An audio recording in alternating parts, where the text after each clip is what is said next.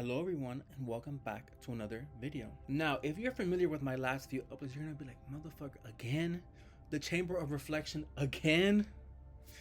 And to that I have to say, yes. Not because I'm lazy or because I didn't vlog. I actually didn't vlog, but I'll explain why in a second. But I feel like the things that I want to talk about and cover in this video can really only be made in a medium such as the Chamber of Reflection, which is just a screen recording of my computer screen and my webcam. But so if you're willing to bear with me and watch through this video, then you understand why I chose this medium as a way to portray this video, because otherwise it wasn't gonna get made and it had to get made. Anyways, the topic of this week's video is chapter 2 of The Artist's Way by Julia Cameron.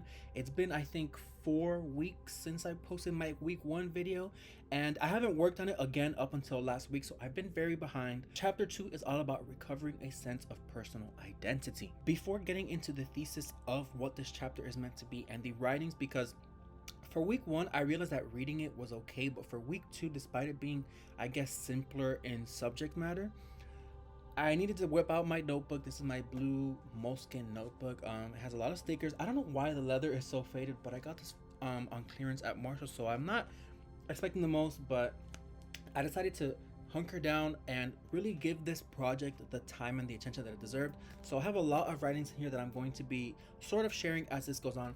But before getting into all of that, and I will be using chapters, so if you look at the little slider bar where you can go back and forth on the time slot of the video, you're going to be able to see that I'm not going to get into what this is about for a few minutes, because first, for those of you who are willing and able to listen, I want to share some updates as to why I haven't made videos and just what's going on, because I know in my vlogs I made it sort of seem like I'm going to share the happenings of my life, and I will, but that's just how this is going to go. Hopefully I can find some good copyright-free spiritual hurts healing music, and we can all have a nice little vibe together. So without further ado, let's go. First and foremost, even though I know I said in, like, I think it was my first vlog that I had to post twice a week on social media, otherwise I owe my brother money as per the contract, which I have the contract right here if you want to look at it again. I know that I've been pretty inconsistent on YouTube, but I have been posting minimum twice a week on TikTok. So if you want to follow me on TikTok, it's the same username as my YouTube channel.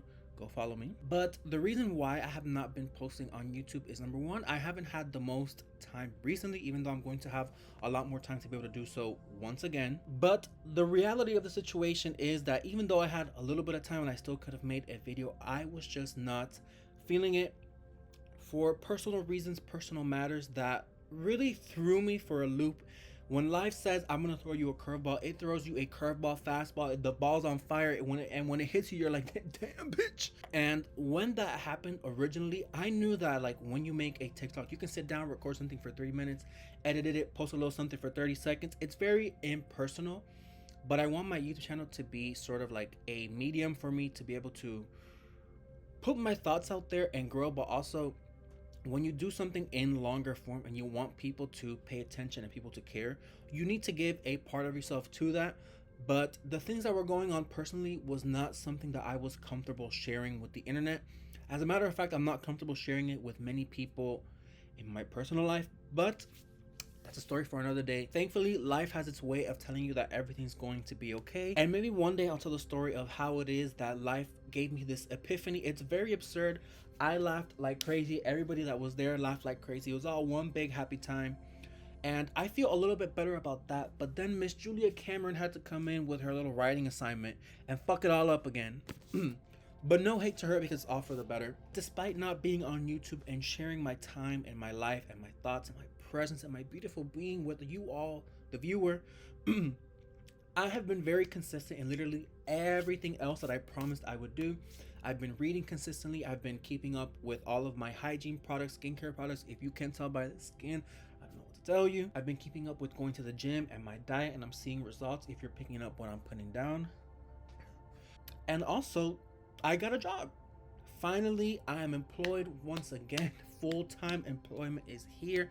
I haven't seen a paycheck for over a month, and I feel like everything that I'm going to talk about in this video can easily be solved by going to the mall and spending money, but I don't have money to spend at the mall, so we need to soul search instead. But we don't shy away. I really have been enjoying my new job. I'm learning a lot. It's a completely new industry than what I'm used to, so I'm learning a lot about how everything runs there. It's very chill. The schedule is very good. It's very close to home. Literally everything that I wanted in a job post grad is what I have right now, and I feel like There's a lot of stability and peace there for me, so I'm gonna stick it out. But despite all of the external things going well, despite that one little thing, but you know, we're working on it. Despite all of those things going well, once I got into chapter 2 of this book, I really realized that internally maybe everything is not as good as I purported, or as good as I maybe thought it was. To finally get into it, chapter 2 is once again called Recovering a Sense of Identity, and I'm going to read to you from the cover page right here what the whole point of this week and the whole point of this chapter, what it's supposed to be. But it says here that this week addresses self-definition as a major component of creative recovery. You may find yourself drawing new boundaries and skating out new territories as your personal needs, desires, and interests announce themselves.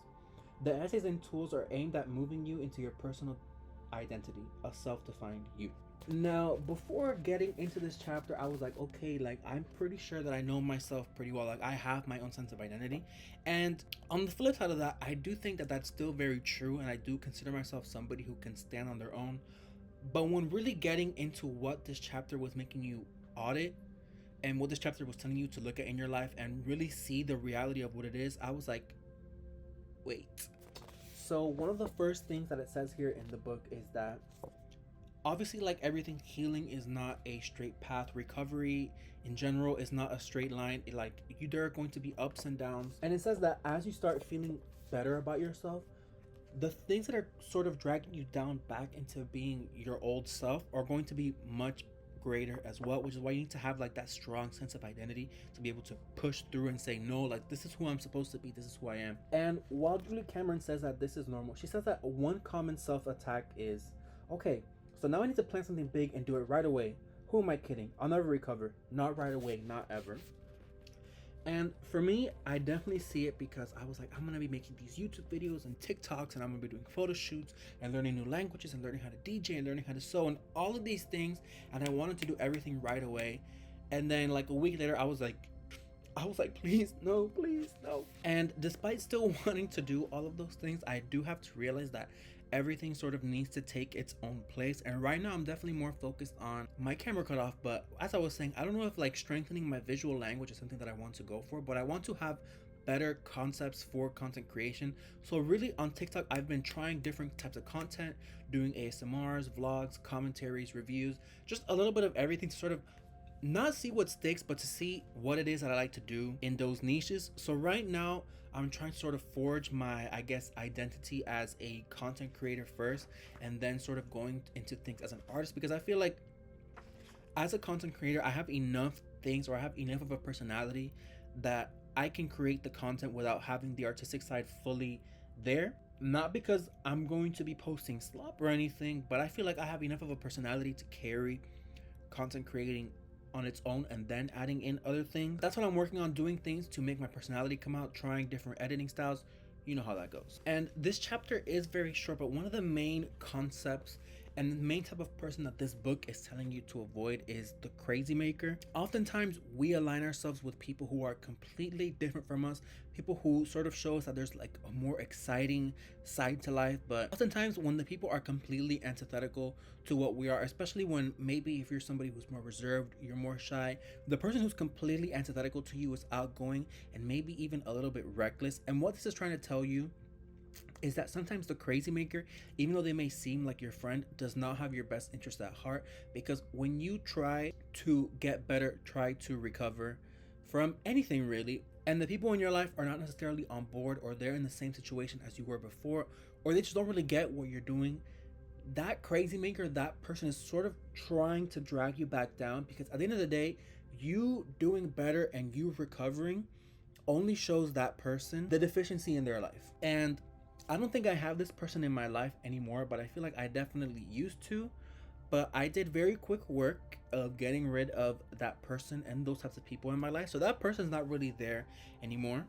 But it really does talk about the crazy maker, like wants everything to revolve around them. And when something does revolve around you, it's sort of like a benefit to them. Like you're their experiment, you're their project. Like you doing good is a reflection of them doing good to help you, not a reflection of you learning from them and getting better on your own. It's a reflection of them. Everything is, they're very selfish, bordering on narcissistic, that type of thing.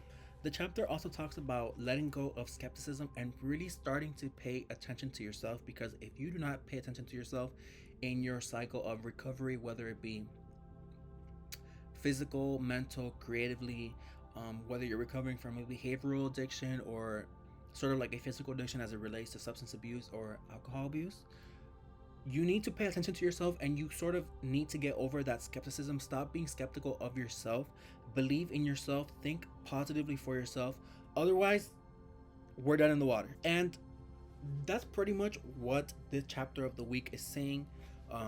Take those negative people out of your life. Pay more attention to yourself, and all those things. I was like, okay, like, yeah, like everybody knows that. But then when we get into the writing prompts is when it really starts to all come together and really make sense. So the first major writing task of the week goes as follows. Where does your time go?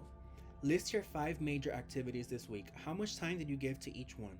Which were what you wanted to do and which were shoulds? How much of your time is spent helping others and ignoring your own desires? Have any of your blocked friends triggered doubts in you? I did as the book said, and I went in and I went to write down all of my activities, the things that I have been doing for the week. And as I was writing, I realized it asked for 5, but I only wrote 3. Not because those were the 3 tasks that really took up the most of my week and I had so many other things going on, but that's the one that took up the most of my time. No. Those were the only 3 tasks that I did. I was physically and mentally incapable of coming up with something else that I did that week. It asked for 5. Well, you could do a different thing every day, and that makes 7. I only had 3. And the tasks that I wrote down are as follows. Number 1, scrolling on my phone. Number 2, reading. I read maybe 10 pages of my book that week. Number 3, watching movies. I watched 1 movie that week at the movie theater because I had no choice but to focus.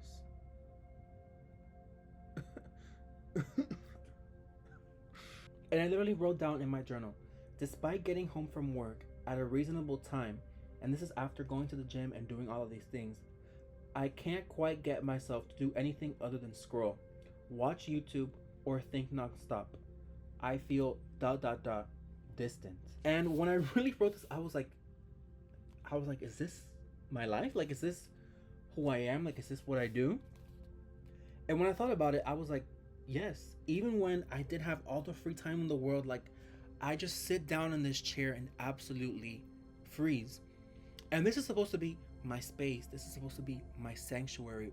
But I'm so hyper focused on things that are going on online or things that are going on in other people's lives that I can't seem to pay attention to my own and do things that are for my benefit and things that are for me. And when I sat there and thought about that, I was like, damn, like damn. Before getting into like the really deep topic and the thing that really made me spiral the most of this week, if that wasn't enough, question number 3 says, list 20 things you enjoy doing. Rock climbing, roller skating, baking pies, making soup, making love again, riding a bike, riding a horse, playing catch, shooting baskets, going for a run, reading poetry, and so forth. When was the last time you let yourself do these things? Next to each entry, place a date. Don't be surprised if it's been years for some of your favorites. That will change. This list is an excellent resource for artist dates. Once again, I sit down with my pencil because I only write in this journal with pencil, and I list 20 things. How many things do you think that I listed? I'm gonna give you a second. How many things? If you said 12, you're a fucking genius. And when I sat down and thought about this, I was like, there are so many things that I want to do and so many things that I enjoy watching and reading about and looking at people do, and I do none of them. 12 things? 12 things? I'm turning 22. 12 things. I've lived 21 years on this earth. I've lived 21 years on this earth, and I can't find 20 things that I enjoy doing. Like, please. So here are some of the things that I put. Number 1, reading, watching movies, playing video games, making videos, baking, pinball, going out with friends, which I haven't done in over a month, shopping, thrifting, drawing, and I'm gonna leave the other ones because those are things that are very near and dear to my heart. I want to keep them personal. But like, what are those things? Like, that's not. It's very nothing burger. Very, very nothing burger. And then because I thought it was so little, I put 5 things that I wanted to do more of. But that's not things that I do. And so I was like, okay, once again, like, how is it that I'm into so many things and I like learning about so many things and I do nothing? I sit here all day and all night and do nothing. How does that work? How does that work? Then, to add insult to injury, it says, draw a circle. Divide it into 6 pieces of pie. Label one piece spirituality, another exercise, another play, and so on with work, friends, romance, adventure. Place a dot in each slice of the degree to which you are fulfilled in that area. Outer rim indicates great, inner circle not so great. Connect the dots. This will show you where you are lopsided. Do y'all want to see the circle? I'm gonna show you the circle. Baby. It ain't nothing there. It ain't nothing there. And once I did this circle, I was like, okay, something has got to give. Like, because this is not something that I want to lie to myself about or lie to anybody else about. I don't feel very fulfilled in many things. I'm not ungrateful. I'm not throwing opportunities away. I understand that I'm in a very... That was crazy. This movie that I hadn't played in 4 days started playing randomly. They're gonna get me. Anyway, as I was saying, I understand that I'm in a very transitional period of my life. I just graduated college. I just started a new job. Like, life is changing a lot. And I have a lot of things that I understand that I am blessed for. And I do recognize that privilege. And I get that. But then I see everything and I'm like, I could be doing more. But I simply choose not to. I could be making myself feel more fulfilled. I could be more thankful for the things that I have. I could be more blessed for the things that I have. But I'm just not. I'm squandering these opportunities. Not squandering these opportunities, but I'm squandering the chance to do more for me. For me, because that's the whole point of this chapter. All of this is supposed to be for me. But I don't do anything for me, right? Like, even when you think about it, I do create content because I like to, but I create content because I want other people to watch it. So it's not entirely for me. There are very few things that I do in this life, or at least in my current life, that are for me. And then the final nail in the coffin, it says here, take a sheet of paper, draw a circle. Inside that circle, place topics you need to protect. Place the names of those you find to be supportive. Outside the circle, place the names of those you must be self-protective around just now. I can't show you the circle because I can't show you whose names I put inside and out. But when I looked at the names that I put outside the circle, I thought to myself, these, like, some of the people that I put outside the circle are people who I have spent a lot of time and effort into creating relationships with these people, creating friendships, some of it's family, like, etc., etc. I spent so much time trying to nurture something, but I don't feel like I'm getting what I need as a person in return. And when I really thought of it that way, I was like, it made me feel really alone, because I feel like I do so much to see other people. I feel like I do a lot to make other people feel comfortable and feel seen and feel like they can just exist, which I'm never going to stop doing that. That's just something that's very intrinsic to me.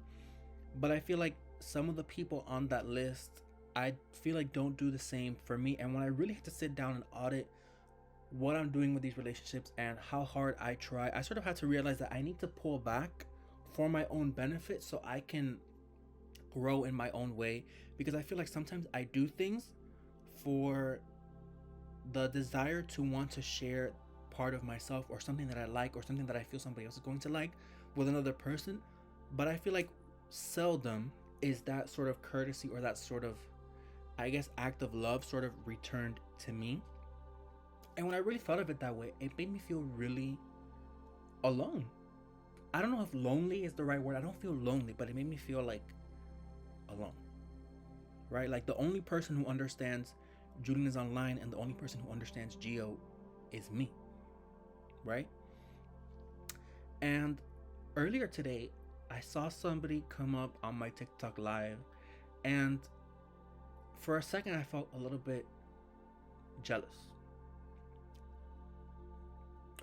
I don't like to use the word envy. I do not believe in the word envy. Envy is a destructive emotion, but I was a little jealous because I was like, this person has community. This person probably has somebody who understands them. And I'm not saying I don't have people in my life that don't understand me. Y'all don't get mad, don't get upset. If you think it's about you, it's probably not about you, trust. But it made me really sad because I was like, wow, I feel alone. And I'm not devastated. The world's not gonna end.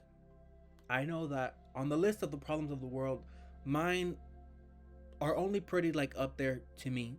For everybody else, everybody has their own things going on. I understand that. But to me, I'm like, wow, like I really need to find that voice, find that community for myself, right?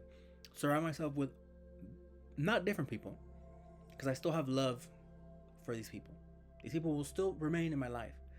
But the degree, or I guess the way in which that relationship manifests itself has to change for the benefit not only of the relationship, but the benefit of myself.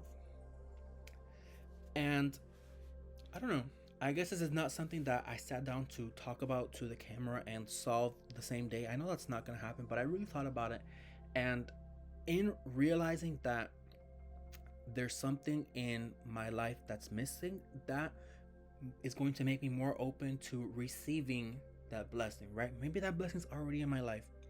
Maybe it's somebody who I've said no to hanging out with too many times. Like I go hang out with that person and it's like, whoa, like you get me, you see me, right? I don't know. But this book really made me think, these writing prompts really made me think, like you need to sit down with yourself and audit what's going on in your life. And honestly, you cannot heal if you don't do these very ugly, very serious, very deep conversations with yourself. Otherwise, you're just going to be the same person in a different font instead of just being an entirely better version of who you were, right? We're not shedding our skin and becoming somebody new. We're healing, as Whitney Rose says. I know that a lot of this is probably being hidden by the fact that I'm in this transitional period of my life. Like obviously I'm 21, turning 22. I just graduated college. I'm finally being a grown person for the first time in my life, even though I feel like I've been grown enough all this time. It doesn't feel like a big culture shock. It pretty much has nothing to do with that, if I'm being completely honest. But I'm sure in part of it's making me feel these emotions more intensely. But I still do agree with the fact that I feel like there's something quite missing in these relationships. But honestly, if anything, it's telling me you need to foster that relationship with yourself first before you can go out into the world and share with anybody else. You need to be completely solid. That foundation needs to be real good.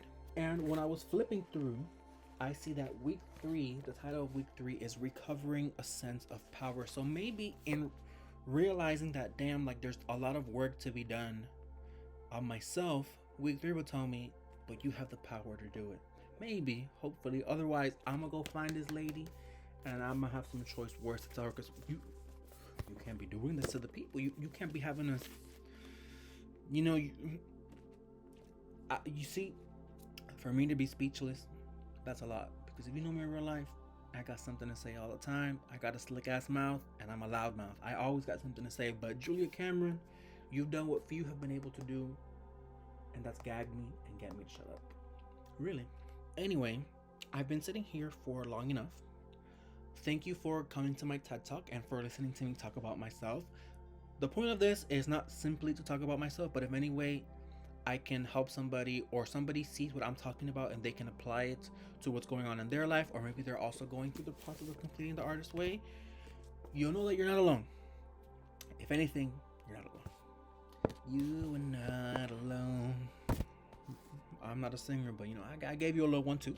I feel a little bit better after recording this video. Not entirely better, because it's dredged up a lot of things that I have to work towards, but that's what the point of all of this is. I'm gonna say it again and again. That's what the point of all of this is. I'm going to try to think of more dynamic videos, because this is gonna wear thin very quickly. I don't want to come in here and scream at the computer every single week.